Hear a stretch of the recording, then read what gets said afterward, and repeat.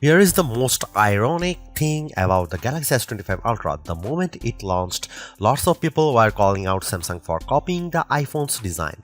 But after testing this device, I actually think the S25 Ultra is the closest Samsung has come to convincing me to ditch my iPhone. The 6.9-inch display on the latest Ultra is brighter, the cameras are more versatile and arguably just better. And the S25 Ultra is packed with smarter AI features I wish the iPhone 16 Pro Max had, like the ability to perform multiple actions at once across apps using just your voice. And it's all wrapped up in a design that, while phone-like, is lighter than its main rival. Samsung did cut some corners with the Galaxy S25 Ultra. The S Pen no longer has Bluetooth, and the newly added QI2 charging support forces you to buy a compatible case. No magnets here, but overall the performance, battery life, and AI smarts on the Galaxy S25 Ultra add up to the best Android phone I have tested and possibly the best phone period. The Galaxy S25 Ultra has a release date of February 7 and it still starts at the same yikes-inducing starting price of $1,299 for 256GB of storage. You can upgrade to 512GB for $1,419 or 1TB for $1,659, but while pre-orders are still happening, you can get 512GB for the same price as 256GB and 1TB for usual 512GB price. Samsung is also offering up to $1,200 off, which includes up to $900 in instant trade-in credits and up to $300 in Samsung credits. As they say, haters are gonna hate, but I think some of the criticism around the Galaxy S25 Ultra's design being too iPhone-like is warranted. The sides are flat now, just like the iPhone 16 Pro Max, and the corners are rounded, which means the Samsung digs into your hand less than the Galaxy S24 Ultra. But I actually blame Samsung for not copying the iPhone enough. I am talking about the left and right edges of the design. They are too sharp for my taste and make the phone less comfortable to hold and use. Apple does a better job of beveling these edges so they are smoothed out. The titanium frame feels as sturdy as ever, and the thinner bezels allowed Samsung to increase the screen size slightly from 6.8 to 6.9 inches. I also like the floating camera design on the back. It looks better than the iPhone 16 Pro Max's unsightly patch. Measuring 6.41 by 3.06 by 0.32 inches and weighing 7.69 ounces, the Galaxy S25 Ultra has nearly the same dimensions of the iPhone 16 Pro Max while being noticeably lighter than Apple's 7.99 ounces handset when I was holding both phones. The Galaxy S24 Ultra weighted in at 8.22 ounces while being slightly thicker 0.34 inches. The Galaxy S25 Ultra color options are not exactly wild. There's titanium black, titanium grey, titanium silver blue, and titanium white silver. I tested the silver blue hue and I think it has just enough pop without being too in your face. If you're feeling more adventurous, Samsung.com is also offering online exclusive colors like Jade Green, Jet Black, and Pink Gold. There's two design trade-offs I need to talk about here. One way Samsung cut down on the weight is a notable downgrade to the S25 Ultra that removes the Bluetooth radio from the S Pen. That means you can't perform air gesture like taking photos remotely. Though Samsung says it removed Bluetooth because not enough people were using the feature. The second trade-off is that Samsung Galaxy S25 Ultra has half-edged QI2 charging support. I say that because the magnets are not built into the phone itself, so if you want to easily attach two magnetic QI accessories like docks and car mounts, you are going to have to spring for a special case. The Galaxy S25 Ultra's display is the closest to perfect we have tested yet, and that's saying something because the S24 Ultra was freaking good. The size has grown from 6.8 to 6.9 inches thanks to slimmer bezels, and that makes this an even more immersive canvas for movies, games, and more.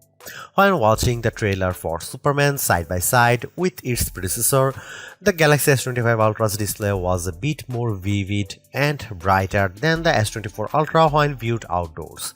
I then watched the same trailer on the S25 Ultra and iPhone 16 Pro Max indoors, and I'd say they were neck and neck, with the Samsung doing slightly better in darker scenes like those with stars. In our lab testing, the Galaxy S25 Ultra turned in a max brightness of 1860 nits. That doesn't eclipse the insane score the Google Pixel 9 Pro XL turned in 2469 nits, but it does beat the iPhone 16 Pro Max 1553 nits by a fair margin. The Galaxy S25 Ultra also turned in better scores for color saturation, covering 128.1% of sRGB color gamut and 90.8% of DCI-P3 color space. The iPhone 16 Pro Max hit 114% and 80.9% respectively. Samsung even won out in terms of color accuracy with a Delta E score of 0.24, Apple's Flagship scored 0.26. You can get even richer color if you set the Samsung display to vivid mode. The S25 Ultra's screen promises better durability too, though we have not been able to test it. It's made of Corning Gorilla Armor 2, which is designed to provide better drop protection and better scratch resistance. The Galaxy S25 Ultra doesn't offer much in the way of camera hardware changes. The key upgrade involves the ultra-wide sensor, which gets a boost from 12 megapixel on the S24 Ultra to 50 megapixel. This means better detail in your shots as well as the promise of sharper macro photos.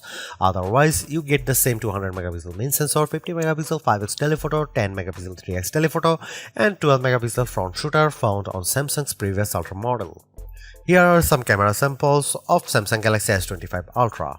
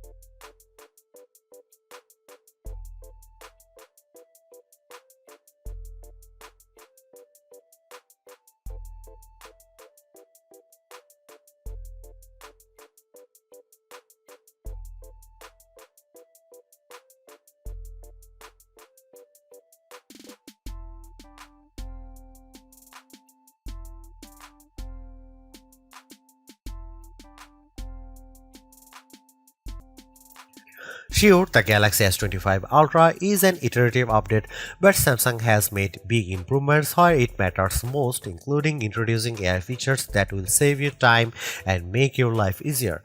The ability to perform actions across multiple apps at once using your voice has the potential to change how we interact with our phones forever. But it's clear that Samsung needs to add more partners, both for this AI agent feature and for things like Now Bar. I am less impressed with the Now Brief, and I wish Samsung had included QI2 magnets in the phone itself so you didn't have to buy a case to connect to magnetic accessories. But overall, I really like the Galaxy S25 Ultra.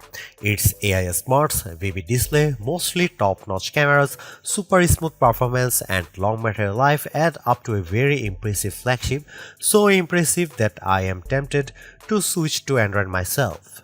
Thanks for watching, see you in the next one.